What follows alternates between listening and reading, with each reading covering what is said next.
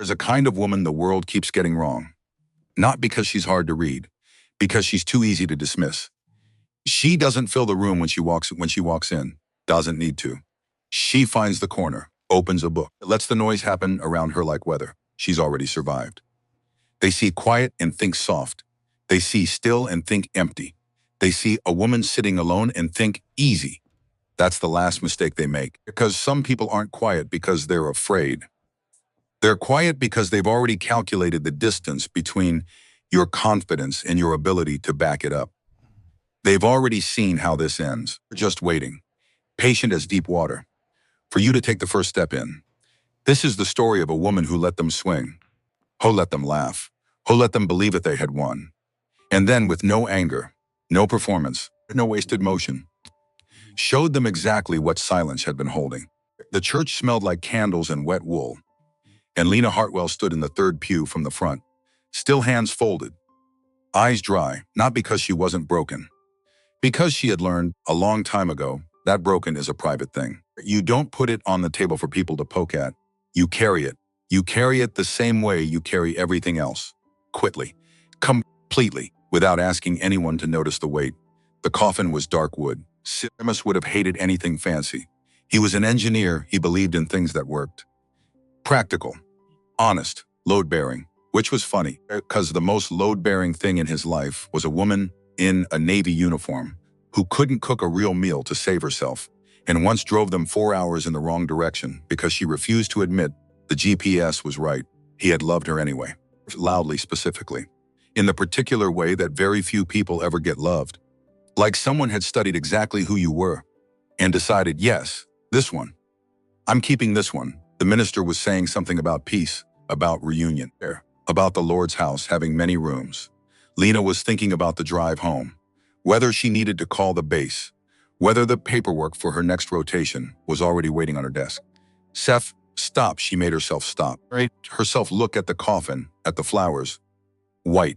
Because Thomas once said white flowers at a funeral meant someone was taken too soon, at the people filing past, his colleagues, his sister from Portland, the neighbors with the yappy terrier he secretly fed biscuits to every morning before she woke up.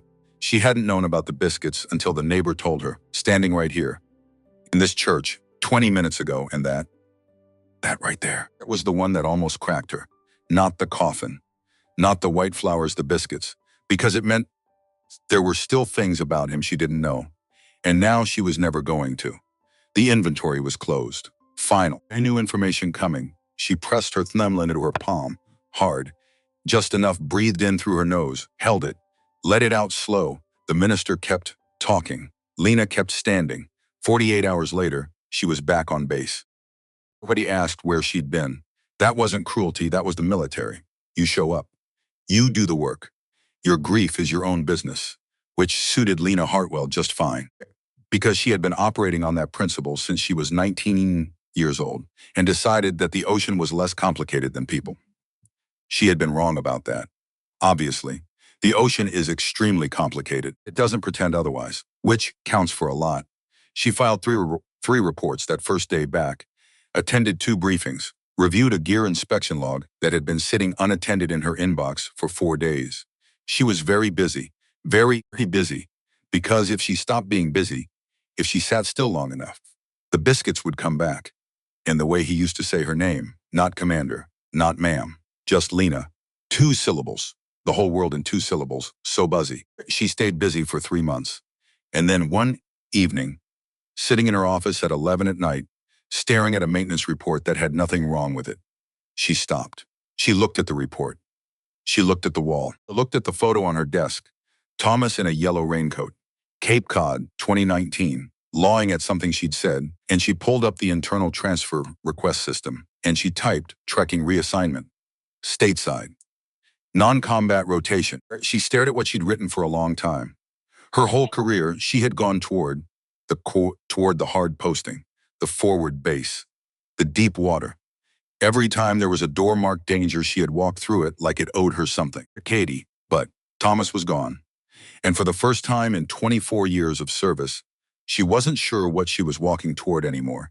She submitted the request before she could think about it too long. 8 weeks later, she was assigned to Camp Hollander, Coastal. Quiet, the kind of base where not much happened. The transfer paperwork cited a medical note, inner ear irregularities, pressure tolerance evaluation pending. Anna hadn't written that note, hadn't asked for it. Someone in the bureaucratic machinery had generated it. A cover story, polite, plausible. As female SEAL requesting a stateside rotation for personal reasons was a conversation nobody wanted to have. So they gave her a medical excuse instead. And she let them, because the medical excuse made people underestimate her. And she had learned, over 24 years, that being underestimated is a resource. If you're smart enough to use it, Camp Hollander sat 12 miles from the coast. You couldn't see the water from the base, but you could smell it. Salt and kelp and the particular cold that comes off the Pacific in November, sharp, clean, honest. Lena liked it. She settled into the routine the way she settled into everything, completely. Without fanfare, she ran at 5:30, ate in the main hall and didn't linger. She attended briefings, submitted reports, and went to bed at a reasonable hour. She was very professional, and she was very, very lonely, which she did not say out loud to anyone, because, well, she was Lena Hartwell. There was a bar 3 miles off base, Danner's, not glamorous. A converted mechanic's garage that someone had put bar stools in around 1987 and called it a day. Concrete floor, drop ceiling. A jukebox that worked about 60% of the time and played exclusively albums from the 90s when it did. But the light was low, and the booths in the back corner were private. And the man behind the bar, Walt. Walt didn't ask questions. He was 67 years old, built wide and solid, the way some men are built when they've spent decades doing physical work and never quite stopped. White hair, close-cropped hands that had clearly seen a lot of life and weren't shy about it. Moved behind that bar with the economy of someone who had been doing the same job for a long time and had stopped wasting motion somewhere around 2003. The first night Lena came in, he looked at her, eyed her uniform, read her face, read whatever it is that people like Walt read when they look at someone, put a glass of soda in front of her, didn't ask what she wanted, didn't introduce himself, didn't make small talk, just the glass. Lena had almost said something, almost. Instead, she sat down, opened the paperback she'd been carrying for 3 weeks without getting past page 47. And she read or. She looked at the page, which is not exactly the same thing. She came back the next Thursday, same corner. Glass appeared. Walt looked at her once. She looked at him once. That was the entire transaction. After the 3rd week, she realized she was coming to Danner's, not because she needed a drink.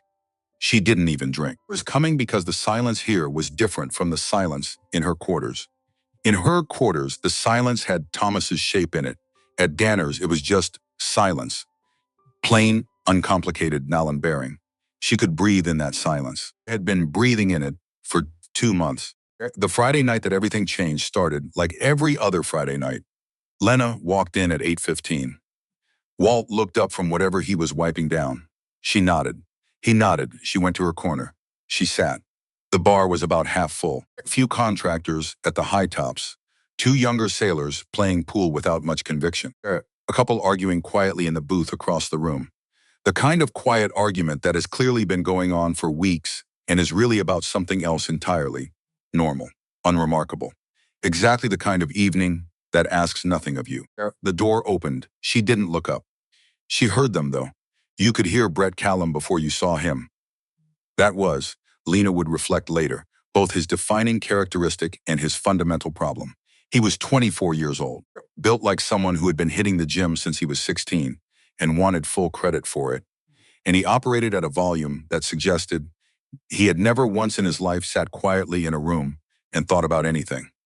Gentlemen, he announced, like someone who had seen too many movies and was still calibrating his own entrance. The weekend officially starts now. Vane came in behind him. Then Strick. Vane was the quiet one of the group, which is not the same as being thoughtful. He had his phone out before he'd fully crossed the threshold, not texting. Recording not a story to send someone, just recording. Running, passive. Like he did this everywhere he went. Like he was always ready.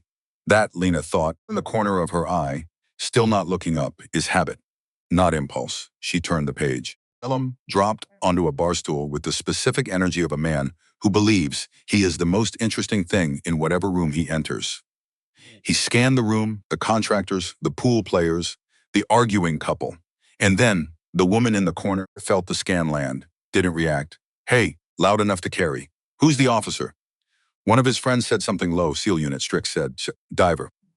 She got reassigned. What for? Ear thing. Can't go deep anymore. Ellen made a sound that was technically a laugh, but functioned like a dismissal. So she's decorative now. Walt stopped what he was doing. The motion just stopped. Lena turned the page. Hey, Caleb's voice, louder. Officer. Hey. You want a real drink? That soda looked like it gave up on itself. This was not a social choice. This was a tactical one. Because there are two types of men who talk loud in bars.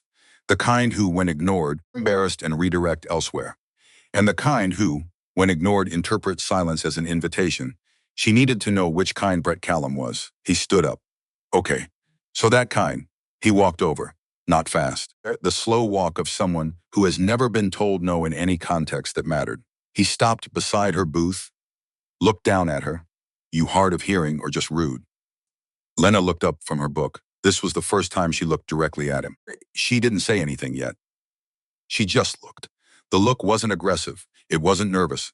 It was the look of someone doing a very fast and thorough assessment and coming to a conclusion they are keeping to themselves. She looked back down at her book. Elam's jaw shifted. She heard it. Unbelievable. He said it like he was narrating for someone, which he was. Vane was still recording. Calum leaned on the table, not touching her, but occupying her space, the way some people do. Casual invasion of someone else's air. Let me guess.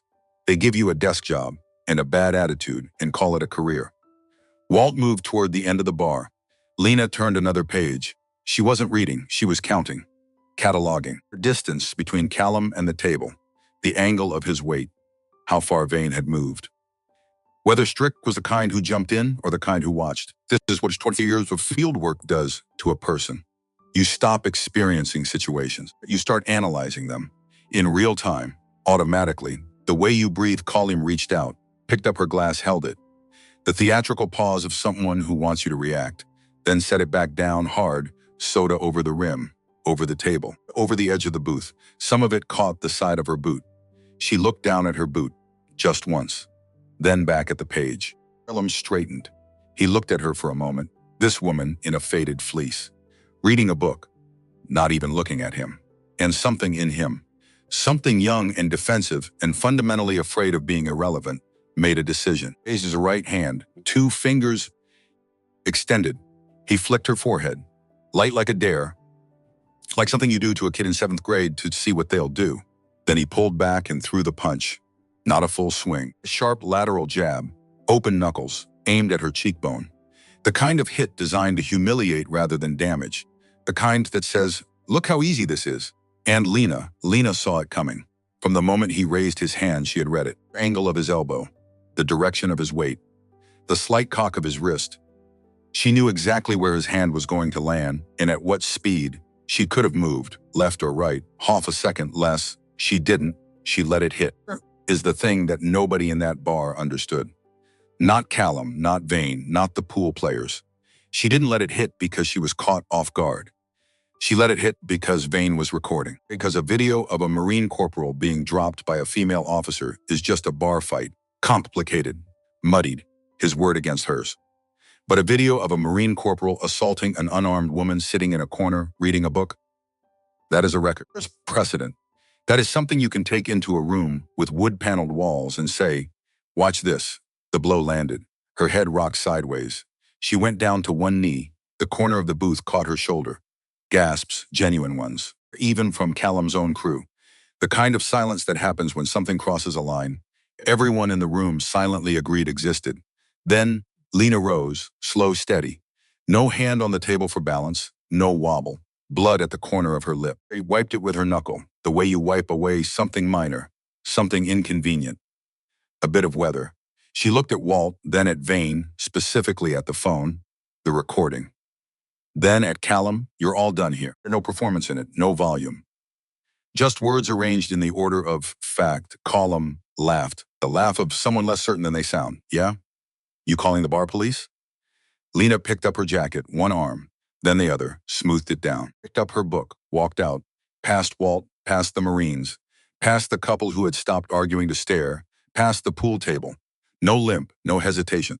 Out the rear door. Behind her, she heard one of them say, "Yes, that's what they mean standing down." And then a laugh, thinner than the last one, performed. The kind of laugh that happens after something goes wrong and nobody wants to be the first to acknowledge it. The parking lot was cold, October cold. The kind that comes off the water at night and doesn't apologize for itself. Lena stood under the sodium light near the base access gate, pressed 2 fingers to her cheekbone. Not hard, just checking. They're not broken, bruised deeply, probably. It would show tomorrow. Good. She straightened her collar, walked into the small security outpost by the gate. The MP on duty was young, mid-20s. Looked up with the expression of someone not expecting company, ma'am.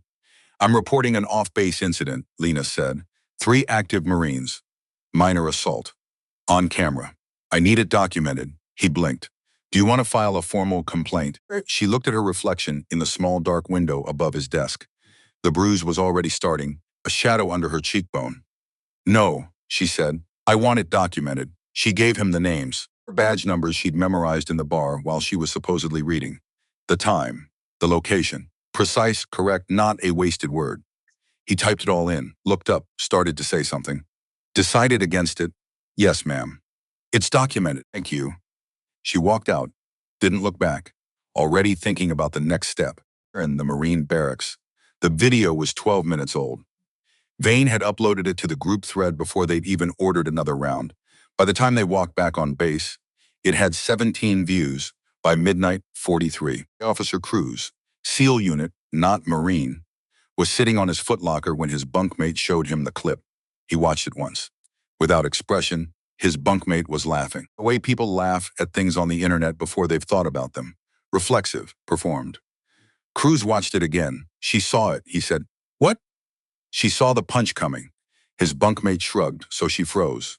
"No." Cruz took the phone, rewound it, played the moment again, the second before contact, the way her eyes tracked up, the micro-adjustment in her posture. "That's not freezing. That's choosing." His bunkmate stared at him. Why would she choose to get hit? Cruz handed the phone back. Didn't answer, but he was already thinking. He walked across the compound to the SEAL ready room at 12:45 in the morning. Raster Chief Doyle was there. Of course he was. Doyle was always there at hours when reasonable people were asleep. 61 years old, 26 years in, operating on what he called watch hours, which meant he hadn't slept more than 4 consecutive hours since approximately 2008 and claimed to be fine about it. He was at the small table near the gear lockers. Coffee. Maintenance report annotated in handwriting so small it was practically coded. He looked up when Cruz came in. "You're up late. Have you seen the video?" Doyle put down his pen. "Show me." Cruz played it. Doyle watched it once.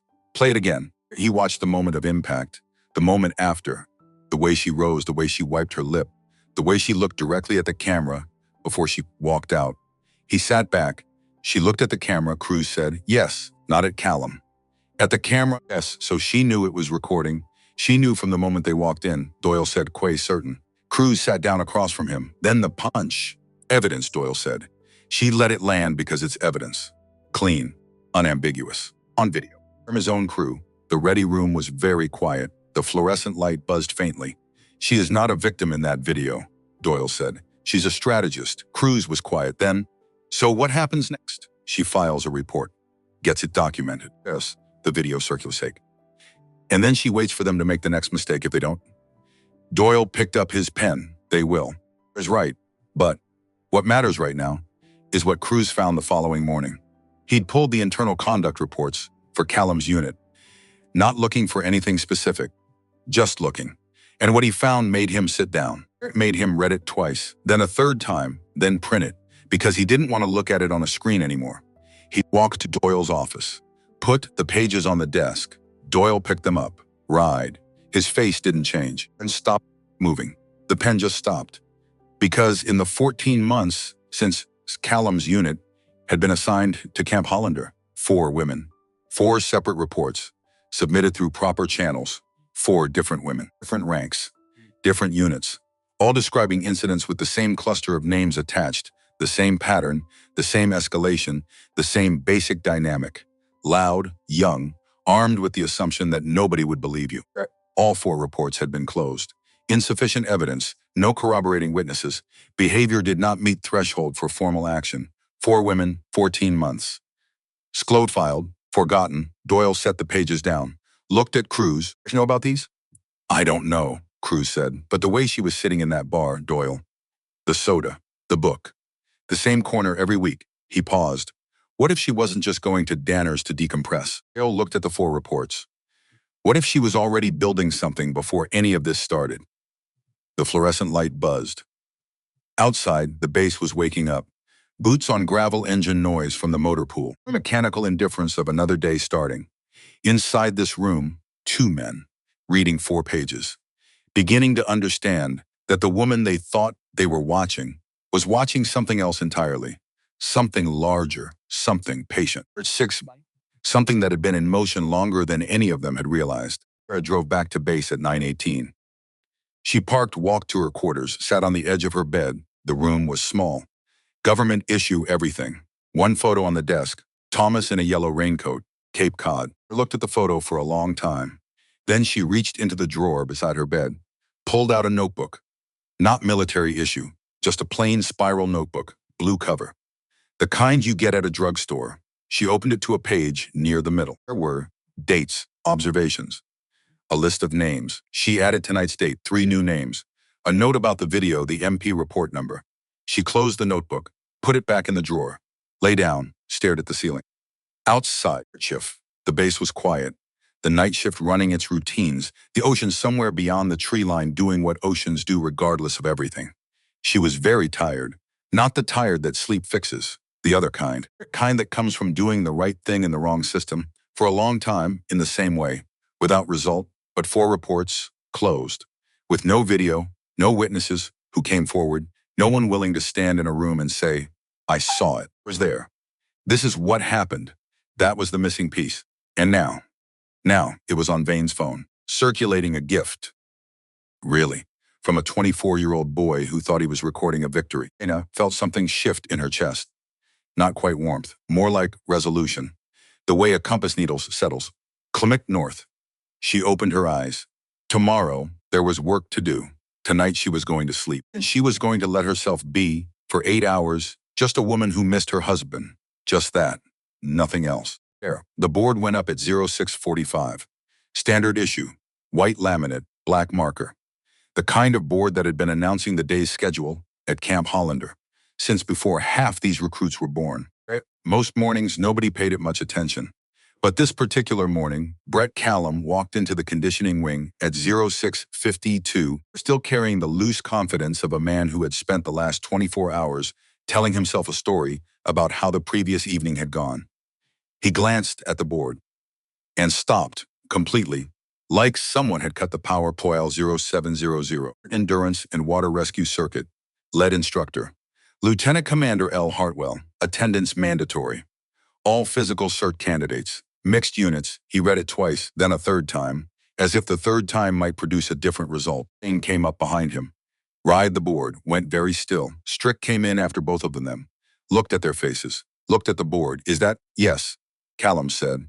One word flat, all the air gone out of it.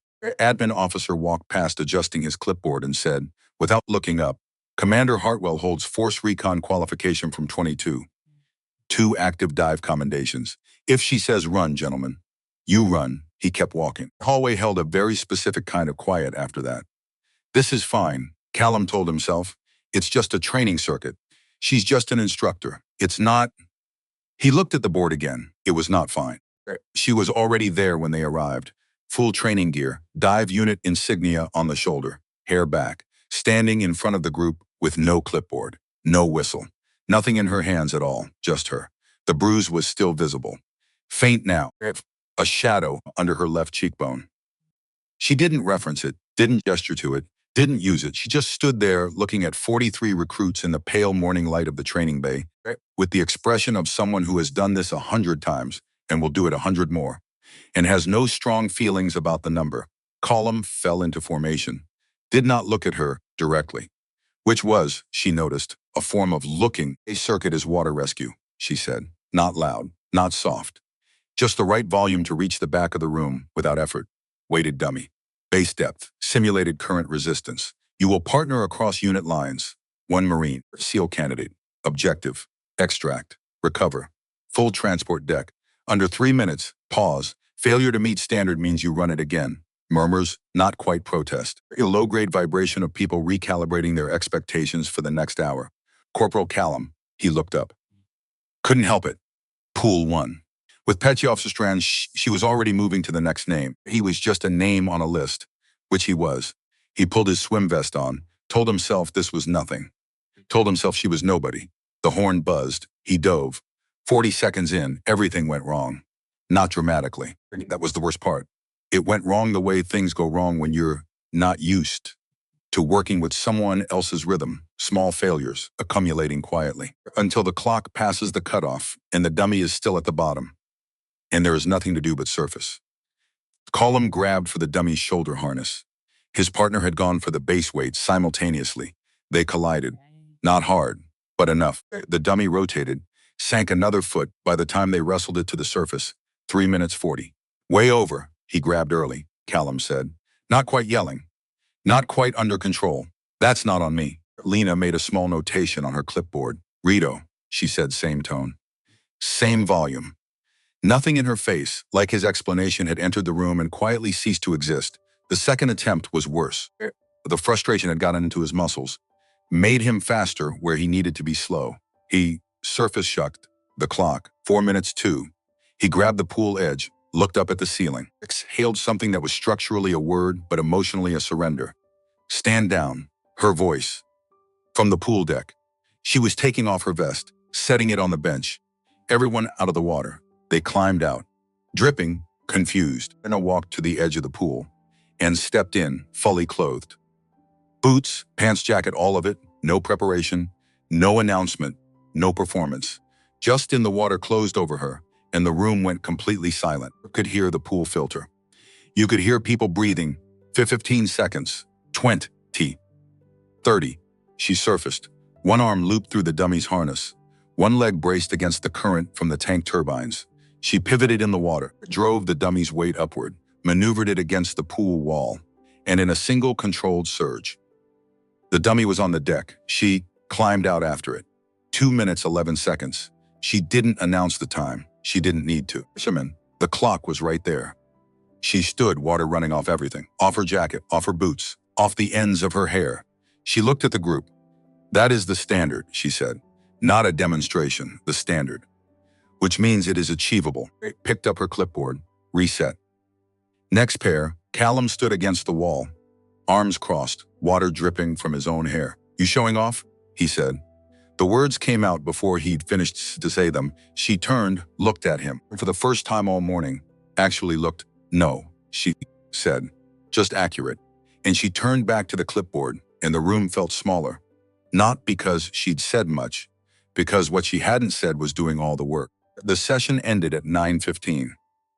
Doyle waited until the room was almost empty. Then he walked over to where Lena was hanging her vest on the equipment rack, moving slowly, like someone who'd been in a pool fully clothed and didn't particularly mind. It was clean, he said. She kept organizing the gear. Didn't turn around. They needed to see the standard. They saw more than that. She was quiet for a moment. Good, she said. Doyle's voice dropped. There's something I need to show you. Here. His office smelled like coffee and old paper. The kind of smell that accumulates over years. Decades, maybe. He closed the door, sat down, cleaved a single sheet of paper across the desk. Lena picked it up. Write it again. It was a transfer out request, standard military form. Her name at the top, her service ID, tracking early separation from active duty, effective. 6 weeks ago, date of submission, processing deadline. 11 days from today. At the bottom where the signature should be, something close to her signature, close enough to pass a casual review, not close enough, not if you knew. She set the paper down. When did you find this? Yesterday. Personnel flagged it as routine. Almost went through without review. Doyle leaned forward. If this processes, you're out, voluntarily separated. All your documentation, everything you've been building, closes with you. 11 days. Someone filed this 6 weeks ago, which means 6 weeks ago, someone knew what she was building. Who has access to that form system? Senior admin, unit command, a few accounts that can file on behalf of officers in certain medical categories. He paused. Someone used the inner ear classification. The one already in your file, the medical excuse, the cover story that wasn't hers. Used now by someone else. Against her, they built the door, she said. Quiet, and now they're trying to walk me through it. Doyle said nothing. 11 days, she said. Yes, I'll file a formal challenge. Documented. Dated, already pulled the challenge form. It's under your door. She looked at him. When? 5:30. She almost smiled. Almost. You didn't sleep, I sleep fine. The exact tone of someone who has not slept fine since at least 2009. She stood. Thank you, Doyle. He nodded once. Acknowledgement was enough, and anything more would be embarrassing for both of them. She was at the door when he said, they're scared of what you're building. She stopped. Didn't turn around. Good, she said, and she walked out. She knew they were coming not because she could predict Callum specifically, but because she could predict the type. Men like Brett Callum don't absorb a morning like that one quietly. They marinate in it. They talk to each other, work each other up. They need to restore something, some sense of order, some confirmation that the morning was the anomaly, not them. So when the session ended and the bay went quiet, Lena did not go directly to the locker room. She went to the equipment bay first, found the duty tech, had a brief, specific conversation. Camera coverage in the women's locker corridor, she said. I need it active. Now, the tech blinked. I'm reporting a credible concern about my personal safety in that corridor. I'm requesting the camera be activated per security protocol 7-4. He looked at her, at the fading bruise on her cheekbone. Yes, ma'am. It was 0940. At 10:15, Lena walked into the locker corridor. At 10:50, 3 sets of boots came down the hallway. The camera had been running for 35 minutes. Callum had Vane and Strick with him, because of course he did. This is the thing about men like Callum. They travel in formation, not out of strength, out of the deep, unexamined understanding that alone they are less certain of everything. Lena was at her locker, back to the door. Heard them, didn't turn. Let them come in, let the door close behind them. Callum's voice, loud. Not bar loud, locker room quiet, which was somehow worse. Commander. She turned. Took them in, all 3 positions, distances. Tension in Callum's shoulders she had been watching all morning. You embarrassed us out there, he said. In front of the whole command, she looked at him. Not unkindly, not coldly, just directly. No one embarrassed you, she said. You were given a standard you didn't meet. That's not embarrassment. That's information. Callum's jaw shifted. You made us look like we don't belong here. You've been here 14 months, she said. That question answers itself, which landed. She saw it land. Strick looked at Vane. Vane looked at the floor. Callum stepped forward. You think you're better than us. I think I've been doing this longer than you've been shaving, she said. Which isn't better. It's just math. Something shifted in Callum's face. Not rage. Worse than rage. That particular thing that lives underneath rage. The thing rage is usually covering. Fear, or whatever fear becomes in a young man who was never taught. It was allowed to just be fear. Want to know what I think? He said. Not particularly, she said. And that was the moment. He swung, not a bar flick this time, a full horizontal jab, aimed at her jaw, designed to end the conversation, except she moved, right foot back, so rotating. Half a second, less, his fist connected with air, and in the same motion, her forearm caught his elbow, guided it forward, used his own momentum against him. She stepped beneath his extended arm, pivoted, directed his center of gravity, and planted him spine first on the concrete. It happened very fast and very quietly. Vane didn't think. He lunged. Arm extended, going for her shoulder. She rotated, dropped low, swept his lead foot with her heel, hit the side of the bench, ribs first. The air left his lungs in a single involuntary sound. Strick hesitated. 1 beat, 2. She didn't wait. 1 step, 2 pivots. A wrist lock that turned into a shoulder compression that turned into Strick, flat on the floor with his cheeks against the concrete and no real understanding of how he'd gotten there. 3 men, 10 seconds. Lena stood in the middle of them. Sleeves still dripping from the pool demonstration. Breathing steady, hands open at her sides. Callum was on his back looking at the ceiling. His expression was the expression of someone whose internal narrative has just encountered a very significant obstacle. Then footsteps from the corridor. 2 base security officers stepped into the doorway. Hands at belts. Raiding the room. What's going on? Lena raised one hand, slowly, palm out. They slipped, she said. The officer looked at her, at the three men on the floor, at the camera mounted in the corridor behind him that had been running for 35 minutes. He keyed his radio. Possible training incident. No injuries. We'll file light. He looked at Lena once more. She had already turned back to her locker and resumed what she'd been doing before they arrived. She sat in the equipment storage room at 11:47 at night. The base was its own particular quiet after midnight, not silence. The mechanical hum of systems that run whether or not people are awake to need them.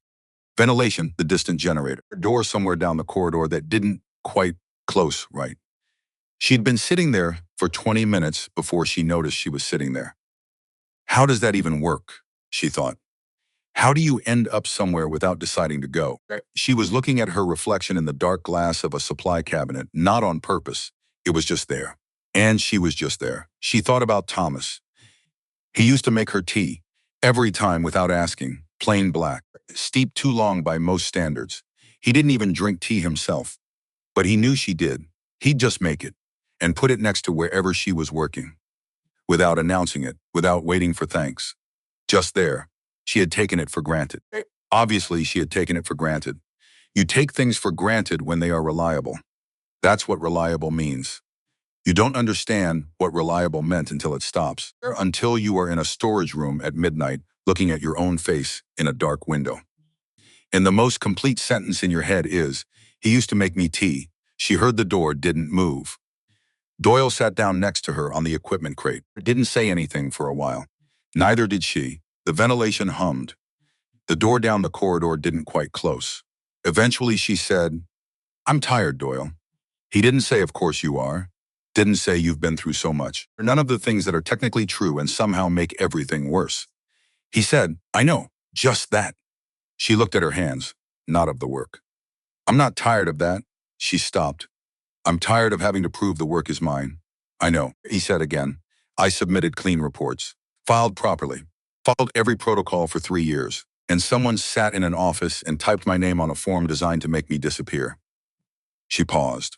Not because I did anything wrong, because I started being a problem for somebody's comfort level. Doyle was quiet. I watched you at Ramstein, he said finally, in 17. 8 months.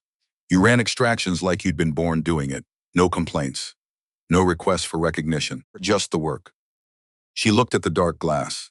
That used to feel like strength, she said. It is strength. Sometimes it feels like. She stopped. Like I've been so busy being unbreakable that I forgot to tell anyone I was carrying something. He was quiet. Then, Thomas knew. She didn't answer. He always knew, Doyle said. Careful. You didn't have to tell him. He just saw it anyway. Yes, she said. They sat there. The ventilation hummed. Then Doyle said, Commander Mace called. He wants to see you at 0800. She took a breath. Let it out. Okay. He stood to leave. Doyle. Yeah, thank you. For sitting here, he made a sound that might have been acknowledgement. Hard to tell with Doyle. No sleep, he said. 8 hours. You can't order me friendly order. She almost smiled, almost. Under Mace's office had 2 windows. Both faced the motor pool, which meant the light was industrial, and the view was trucks the flunktal, unromantic, which suited Mace fine. He was 53, lean in the specific way of men who were lean as young men, and simply stayed that way through discipline and indifference to pastries.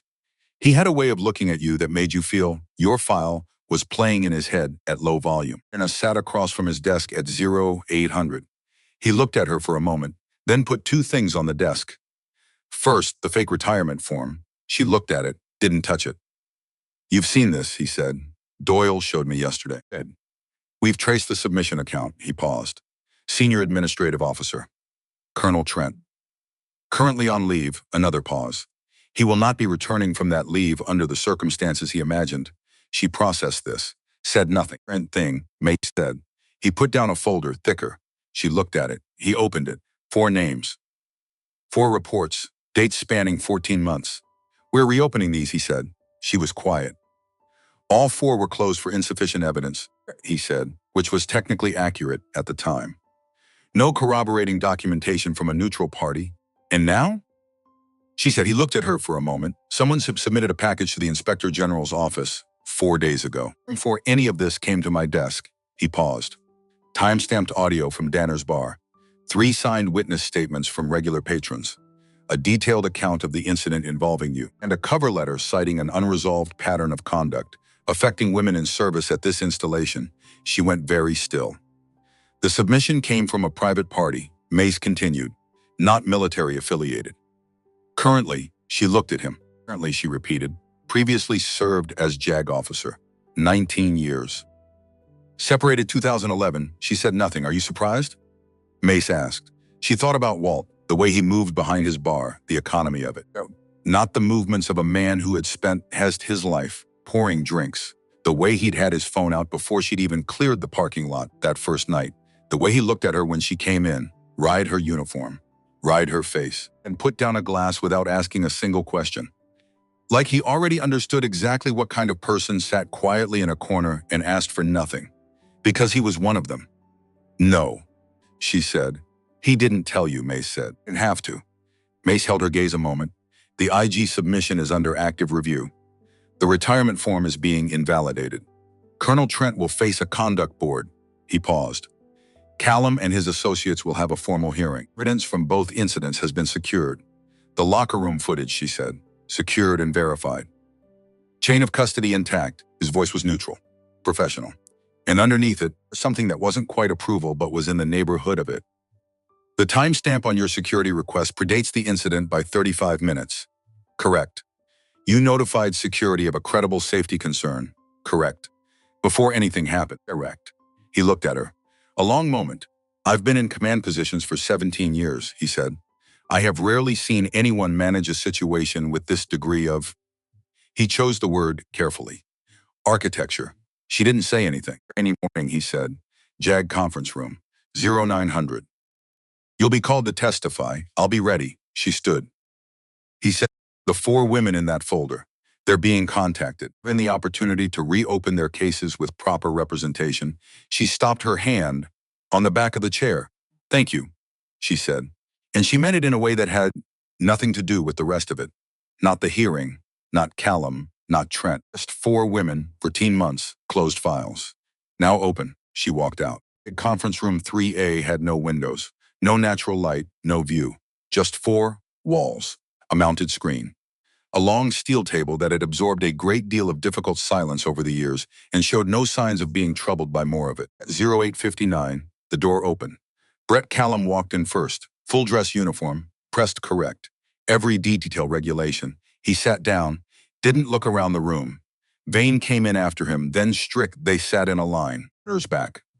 Faces arranged into expressions of careful neutrality. Their unit CO sat 2 chairs down, arms crossed. The expression of a senior officer handed a problem he didn't create and is not pleased about. At 0900 exactly, Commander Mace entered, no folder. Just a notepad, a pen. And the specific quality of stillness that belongs to people who have sat in a great many rooms like this one and stopped being impressed by them. Take your seats. They were already seated, but they sat differently after he said it. Then the door opened again. Lena Hartwell stepped in, full dress uniform, dive insignia above the left breast. Rank bar polished, the bruise on her cheekbone still faintly visible. Yellow green. Almost gone, almost, but not quite. She stood at ease behind the second row of chairs, didn't sit. Callum looked at the table. Vane looked at his hands. Strick looked at the wall just to the left of the screen. Mace turned on the monitor. Exhibit 1. The screen lit up. Security footage. Danner's bar. No sound. Just the grainy, honest gray blue of a camera that records everything without editorializing. The bar, the corner booth. A woman reading. Men walking in. The room watched, on screen, 2 fingers raised. A forehead flicked, then the punch. The kind of silence after that isn't just the absence of noise. It's the presence of something. The screen showed Lena rising. Slow. Steady, the lip wiped with a knuckle, the guard one arm, then the other. The walk out, then... Second clip. Locker corridor. Tots came in, visible in the bottom right corner. The timestamp that showed 0940. 35 minutes before Callum walked into that corridor. 35 minutes before anyone swung. The room watched Callum go down. Vane go down. Strick go down. 3 men. 10 seconds. And then Lena standing in the middle of them, hands open, breathing steady. Mace clicked pause. He looked at Callum, not with anger, Mace didn't do anger in rooms like this. He did something quieter and considerably more effective. Do you want to explain what we just watched? Callum cleared his throat. Sir, I want to express that I regret the incidents and that's not what I asked. She was reading a book. Mace said. Callum stopped, in a bar, off base. On her personal time, same volume, all morning. She was sitting in a corner, reading a book, and you walked over to her. Nobody said anything. Walk me through the misunderstanding. Mace said. Callum had nothing. You could see it. The moment when the story he had rehearsed all weekend ran directly into the footage it was trying to explain, and collapsed, quickly, without drama. Mace turned to Vane. You filmed it, sir. You uploaded it. The thread was titled, Seal Barbie Gets Wet. He said it the way you read a legal document, flat accurate. Without commentary, Vane said nothing. Mace set his pen down. Here is what the record shows, he said. He didn't open a folder, didn't check notes. He just said it, like it was fully formed. Because you located a female officer, off base, alone. You approached, harassed, and struck her. You filmed it and distributed the footage for the entertainment of your unit. Pause. 4 days later, in a secure facility, you confronted her again, 3 of you, and attempted to assault her a second time. Another pause. She had documented the safety threat in advance. The camera was active per protocol. Everything that followed is on tape. He looked at the 3 of them. You were not conducting yourselves as Marines. You were conducting yourselves as people who believed they would not be held accountable. And that belief was, until now, reasonable. First on precedent, that landed differently. Even Callum looked up. Mace let it sit, like he meant for it to. Then he turned to Lena, Commander Hartwell. You've submitted no request for punitive action? No, sir. Why? She looked at him. Because punishment addresses individuals, she said. And this is not an individual problem. The room was so quiet you could hear the ventilation. Effective immediately, Mace said. Article 15 proceedings for all 3. Corporal Column, reduction in rank. Restricted to base pending conduct review. Corporal Vane and Corporal Strick. Formal reprimand, mandatory conduct review. Digital evidence archive. Callum's jaw was tight, but he said nothing. Because there was nothing left to say. The footage had said everything. In the particular way footage does. Without inflection, without motive, without the ability to be argued with. Just what happened, in the order it happened. Mace stood. Board finds the conduct in question dishonorable, and the attempts to excuse it irrelevant. He gathered his notepad. Dismissed. Chairs scraped back. Lena walked out first. She didn't look at Callum, didn't slow, didn't adjust her pace for anyone else's comfort. She walked the same way she always walked. Like she already knew where she was going. Days later, the investigation into Colonel Trent moved forward without fanfare. No press releases, no announcements over the PA system, no dramatic confrontations in hallways, just a man on leave who received a call, who was informed of a board date, who would need to be present. The fake retirement form was formally invalidated, dated, documented, entered into the record as evidence of obstruction. All of it quiet, all of it precise. The 4 women were each contacted individually by a JAG representative. In private, 1 had left the service, 1 was still stationed in Nevada. 2 were within 50 miles of Camp Hollander. All 4 said yes. Yes to reopening. Yes to representation. Yes to standing in a room and saying what had happened. Which took courage. The specific, quiet, grinding courage of going back to a place you thought was closed. Of reopening a door you had locked because locking it was the only way to keep moving. And then choosing to open it again because someone built a record strong enough to hold. If Walt was behind his bar on a Thursday afternoon when the door opened. He looked up. Brett Callum, civilian clothes. No uniform, no Vane, no Strick, just him. He looked smaller, not physically, but something about the way he stood was different. He felt reach of it. The way he used to walk into a room like he was claiming it, gone. He looked at Walt. Is she here? Walt looked at him for a long moment, then tilted his head toward the corner booth. Callum walked over. He stopped a few feet from the table. Lena looked up from her book. She didn't say anything. Callum stood there. He looked like a man who had rehearsed something extensively and has now arrived at the moment of performance and discovered that the rehearsal was insufficient.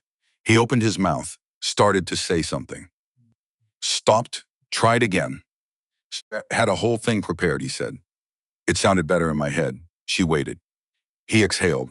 I didn't know about the other women, he said. The 4 reports. I didn't know. I know you didn't, she said. He blinked. He'd expected something else, you know. You're not sophisticated enough to know about suppressed IG reports and deploy them strategically, she said. Not unkindly, just accurately. You were arrogant and careless, and you didn't think about who you were dealing with. That's different from calculated. He was quiet. It doesn't make it better, she said. No, he said. But it's different, he nodded. And looked at the table for a moment. I didn't think someone like you could be real, he said. Like, I genuinely didn't. Someone like you just, sitting in a bar. Like a person. She looked at him. What did you think I was? I don't know. Seemed to be genuinely searching. Something that didn't apply to me. Like a category I could just not deal with. A category, she said. Yeah. She was quiet for a moment. That's not about me, she said finally. That's about what you were taught to see. And what nobody ever corrected. He looked at her, he said, then at the table, not performed, not coached, not the apology someone gives when they want a thing to be over. The apology someone gives when they have finally actually understood what they did, which is rarer and means more. She looked at him. I know, she said. He nodded once and left. Walt watched him go through the door, stood there for a moment, and walked over to Lena's booth, put down a fresh glass, didn't say anything, but the napkin underneath was folded into a precise triangle. The way it always was. She looked up at him. 19 years, Jag, she said. Long time ago, he said. Not that long. He almost smiled. I still know how to write a cover letter, he said. He went back behind the bar. It was the note from the first woman that did it, the one who had left the service, who had been in Denver for 2 years, working in construction management, building things. She sent a brief note through the JAG representative. Not long. Not dramatic. Just, I didn't think anyone was going to do anything. I had decided that was just how it was. Thank you for making it something else. Lena read it at her desk at 11 at night. In the small government issue room with the one photo on the desk, Thomas in a yellow raincoat. Cape Cod logging. She read the note twice. Then she folded it, put it in the blue notebook, between 2 pages near the back. She closed the notebook. Looked at the photo. She had started this thinking it was about accountability, about documentation, about building something airtight enough that the system couldn't ignore it. And it was those things. But sitting here at 11 at night, reading 6 lines from a woman in Denver who had stopped believing anything was going to change, she understood it was also something else. It was about the next woman, the one who hasn't arrived at Camp Hollander yet, doesn't know what she's walking into, who will sit in a briefing room or a training bay or a bar somewhere, and wonder if she's the only one who sees the pattern. For that woman, the record exists now. The door is a different shape than it was. Erna looked at the photo. You don't have to carry everything alone. She used to hear that as an invitation to put things down, to ask for help. But sitting here tonight, she understood it differently. You don't have to carry everything alone, because you're not alone. There's Doyle, who sat next to her in the equipment room and said, I know, and meant it. There's Cruz, who watched the video and saw what everyone else missed. There's Walt, who spent 19 years learning exactly how the system works and has been watching from behind that bar, waiting for something worth filing. There's a woman in Denver who builds things and wrote 6 lines and meant every word. You don't carry it alone. You just sometimes have to be the first one willing to pick it up. The proposal went through 3 drafts before she sent it. Not satisfied. That wasn't the right word. Lena wasn't someone who used the words satisfied about her own work. More like done enough to send. The proposal outlined a mandatory training program. Cross-unit, all ranks, focused on conduct, reporting culture, and what she called in the document, with characteristic bluntness, the cost of institutional silence, not abstract policy, not theoretical frameworks, actual cases, actual outcomes. Anonymized where necessary, but real, because real is the only thing that works. She submitted it through Mace's office on a Wednesday morning. Mace read it, sent it up the chain with a 1-line cover note. Recommend review and implementation. This is overdue. Which was, for Mace, effusive. Doyle saw it copy me. Write all 22 pages in his office. He called her. This will take years, he said. Yes, she said. A pause. Years, he said again. Like she hadn't heard him the first time.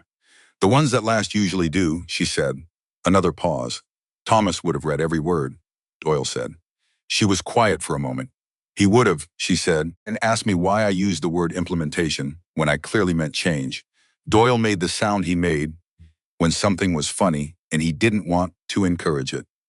She smiled into the phone, into the empty office. The particular quiet of an afternoon in November, when the Pacific is somewhere past the tree line and something is slowly, imperfectly, actually, beginning to shift. She went to Danner's that Friday, same time, 8:15. Walt looked up. She nodded. He nodded. She went to her corner. Sat the bar was quieter than usual. A few contractors near the back. A young sailor at the counter, nursing a soda and looking at his phone. Two older men playing cribbage at the high top near the window. Normal, unremarkable. Walt brought her glass over, set it down, folded napkin underneath. He looked at that napkin, then up at him. He looked back. That was the entire transaction. He went back behind the bar. She opened her book, page 47. The same page she had been unable to get past since October. She read it. Turned it, page 48. The jukebox was cooperating tonight. Playing something slow from 1994, a song she half recognized. One of the cribbage men said something to the other one. The other one laughed, low private. The laugh of two people who have known each other long enough to have whole conversations in half sentences. Outside, somewhere past the tree line, the Pacific was doing what it always did, moving, breathing. Old enough to have seen everything, patient enough not to be troubled by any of it. Lena read, turned a page, thought about the woman in Denver. Building things, writing 6 lines that meant everything. Thought about the next woman, whoever she was, wherever she was. Record exists. The door is different. You're not the first, you won't be the last. She turned another page, page 50. The tide outside was doing what tides do, pulling back. And then, because it always does, coming in. This is a work of fiction, inspired by real conversations about respect, accountability, and the cost of staying silent when silence costs someone everything.